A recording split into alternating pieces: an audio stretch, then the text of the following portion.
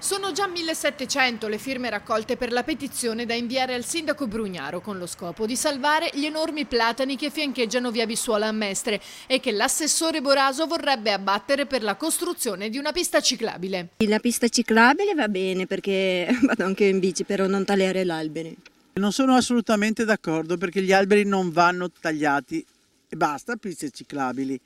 E in ogni caso io non sono d'accordo. Ma non c'è bisogno poi tra l'altro secondo me di tagliare gli alberi per fare una pista ciclabile, no.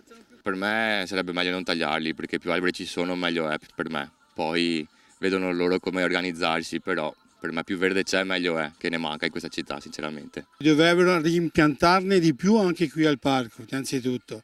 E per di più lasciare tutto com'è, perché se cominciano a tagliare gli alberi distruggono quel poco che c'è ancora di bello di via Bissuola. Perché la via Bissuola, se gli tagli gli alberi, è come lo stesso Viale Garibaldi. Se cominci a togliere quei pochi di alberi di verde che c'è, dove andiamo a stare? In mezzo al cemento, come sempre? L'assessore comunale alla mobilità sostiene che la pista ciclabile sia necessaria per la sicurezza delle persone che abitano e passeggiano lungo la via, ma in molti non la pensano così. Le auto non devono sfrecciare perché io guido da 50 anni e non ho bisogno di sfrecciare in via Bissuola. Ecco, facciano altri lavori, ma proprio quello degli alberi non sono d'accordo. Le associazioni cittadine non hanno intenzione di mollare la presa. Alle 16 di oggi già 54 persone avevano dichiarato non solo di non essere d'accordo, ma la disponibilità a partecipare all'iniziativa in difesa del verde incatenandosi agli alberi.